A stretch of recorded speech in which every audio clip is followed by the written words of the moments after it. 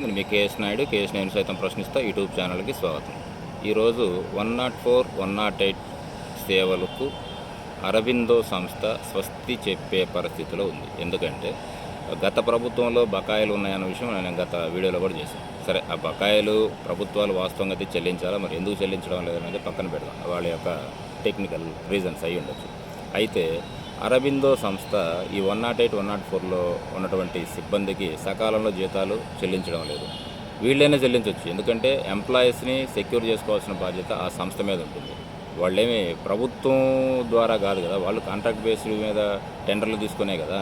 So అలాంటప్పుడు మీరైనా కట్టచ్చు. సో ప్రభుత్వం నుంచి తర్వాత బిల్లులు రావచ్చు. సరే, పక్కన పెట్టేస్తే నాకు తెలిసి ఫైనల్గా అరబిందో సంస్థ 108, 104 సంబంధించినటువంటి ఈ ప్రపోజల్ ఏదైతే ఉందో దాని నుంచి వాళ్ళు విరమించుకునేటటువంటి పరిస్థితి ఉంది. సో దీన్ని బట్టి తర్వాత ఈ 108, 104 ఉన్నటువంటి సిబ్బంది యొక్క పరిస్థితి ఏంటి అనేది ఆలోచించాలి. దీని మీద ప్రభుత్వం దృష్టి పెడుతుందా పెట్టదా అనేది చూడాలి. ఎందుకంటే ఇప్పుడున్నటువంటి పరిస్థితుల్లో గత 10-15 సంవత్సరాల పైనుంచి 108 అనేది దేశం మొత్తం రోల్ మోడల్గా ఉన్నటువంటి విషయం అందరికీ తెలిసిందే. ఎందుకంటే ఇప్పుడున్న పరిస్థితుల్లో ఆర్థిక స్తోమత లేని వాళ్ళు కూడా ఏదైనా ఎమర్జెన్సీ అయినప్పుడు 108 ఫోన్ చేస్తే అంబులెన్స్ వచ్చి హాస్పిటల్కి తీసుకెళ్తున్నటువంటి పరిస్థితి. కాబట్టి ఇది ప్రతి ఒక్కరికి ఉపయోగపడేటటువంటి సిస్టమ్ కాబట్టి ఖచ్చితంగా ప్రభుత్వం కూడా చొరవ చూపించి ఆ ఉద్యోగులకు న్యాయం చేసి ఆ సంస్థను, ఆ ప్రపోజల్ని కాపాడుతుందని ఆశిద్దాం. Thank you.